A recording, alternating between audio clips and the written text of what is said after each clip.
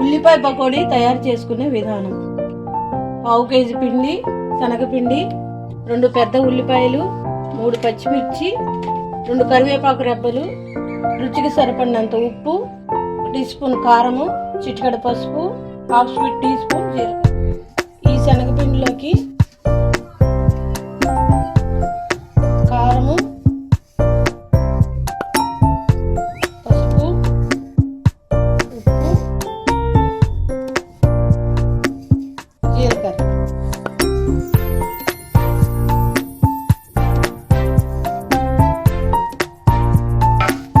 అలాగే కట్ చేసుకున్న కరివేపాకు, పచ్చిమిర్చి ముక్కలు, సన్నగా తరిగిన ఆనియన్స్.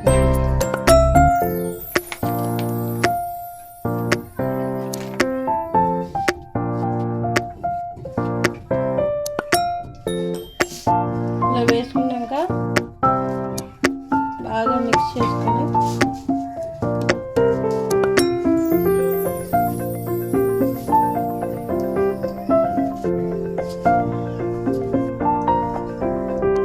ఇలా మొత్తం కారము, ఉప్పు, పసుపు, ఉల్లిపాయలు బాగా కలిపిన తర్వాత కొద్దిగా నీరు, చాలా కొద్దిగా అంటే కొద్దిగండి, తడి పొడిగా వేసుకొని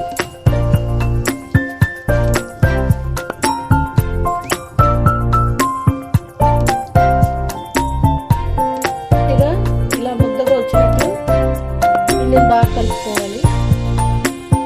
ఇలా కలుపుకోవడం వల్ల ఏంటంటే మన పకోడీ క్రిస్పీగాను మంచి టేస్ట్గా వస్తుంది. ఓకేగా, ఇప్పుడు పకోడీ వేసుకోవాలండి.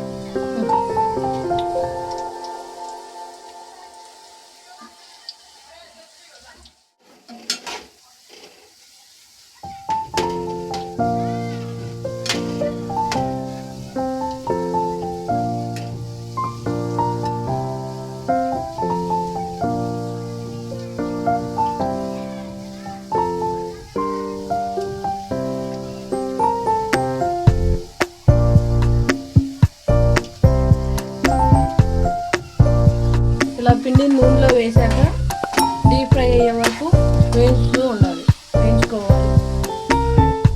ఇలా బాగా వేగిన పకోడీని